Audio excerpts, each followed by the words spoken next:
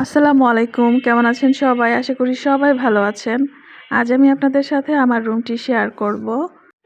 আপনারা দেখতে পাচ্ছেন মোটামুটি করে গোছানো একটি রুমটি আসলে একটু আগেও এরকম অবস্থায় ছিল না।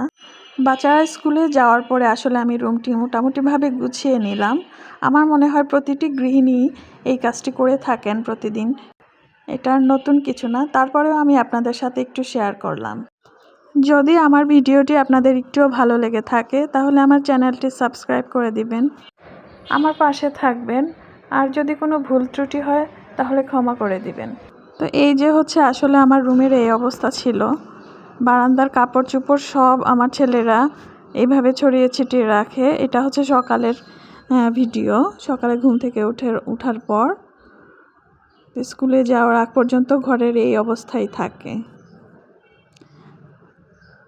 এই যে বারান্দা থেকে কাপড় এনে এখানে রেখে দিছে, যে যেখানে পারে ওখানেই রেখে দেয়। আসলে আমার বাচ্চাগুলি তো ছেলে বাচ্চা, ওরা আসলে ঠিকমতো গুছাতে পারে না কাপড় চোপড়, যা আমার সব কিছু নিজে করতে হয়। তাই আমি আমার বাচ্চাদেরকে মাঝে মাঝে একটি গল্প শোনাই। গল্পটি কিছুটা এরকম। একদিন একটি ছেলে একটি মুরব্বির কাছে গেল, বয়স্ক মুরব্বি, এবং সে তার সমস্যার কথা বলল। ছেলেটি মুরব্বিকে বলল, আমি জীবনে কখনো সুখী হতে পারলাম না, খুশি হতে পারলাম না। কারণ আমি চেয়েছিলাম বাবাকে একটা গাড়ি কিনে দিব, কিন্তু গাড়ি কিনে দেওয়ার আগেই আমার বাবা মারা গেলেন। ভেবেছিলাম চাকরিতে প্রমোশন পেলে বাচ্চাদেরকে ঘুরতে নিয়ে যাব, কিন্তু আমার প্রমোশনই হলো না।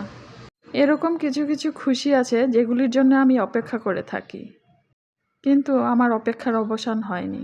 আমি ভেবেই পাচ্ছি না আমি কি জীবনে কখনো খুশি হতে পারবো না।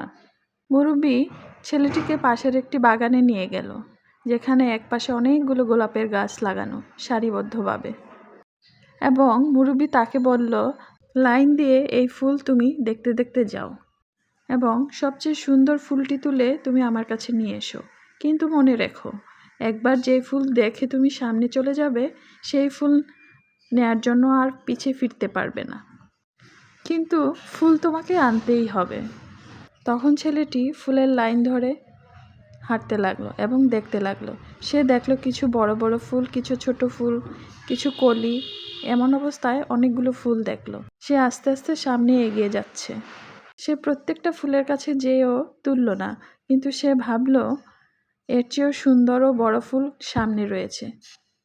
ভাবতে ভাবতে সে একদম শেষ প্রান্তে চলে গেল এবং সে দেখলো কিছু শুকিয়ে যাওয়া ফুল রয়েছে।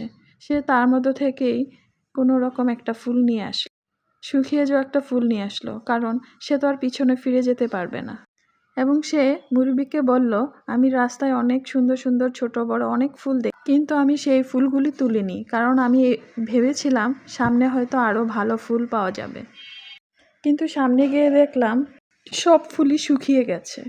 এত সুন্দর সুন্দর ফুল রেখে তুমি এই শুকনা ফুল নিয়ে আসলে? মনে করো এটি তোমার জীবন, এই বাগানটা তোমার জীবন, আর এই ফুলগুলি তোমার জীবনের ছোট বড় অনেক খুশি, আশা। কিন্তু তুমি ভাবলে সামনে অনেক সুন্দর ফুল রয়েছে। সুন্দর ফুল পাওয়ার আশায় তুমি ভালো ভালো ফুলগুলি ছেড়ে দিলে।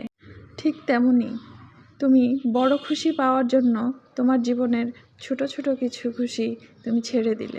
মুরব্বি আরও বলল, কিছু কিছু ভুল থাকে যা শুধরানো যায় না। ব্যর্থ হওয়ার অনেক উপায় আছে, কিন্তু সফল হওয়ার উপায় হলো চেষ্টা। আমি এই গল্পটি আমার ছেলেদেরকে বলে বলে শোনাই, আর বলি, দেখো, চেষ্টা না করলে কিছুই হয় না। তোমরা আজ ছোট, কিন্তু একদিন তো বড় হবে।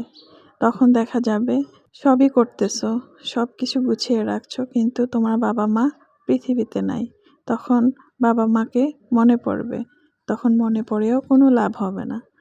কাজেই বাবা মা বেঁচে থাকতে তাদেরকে যত্ন করো, ভালোবাসো, আদর করো। যদিও আমার ছেলেগুলি এখনও অনেক ছোট, তারা কিছুই বুঝে না।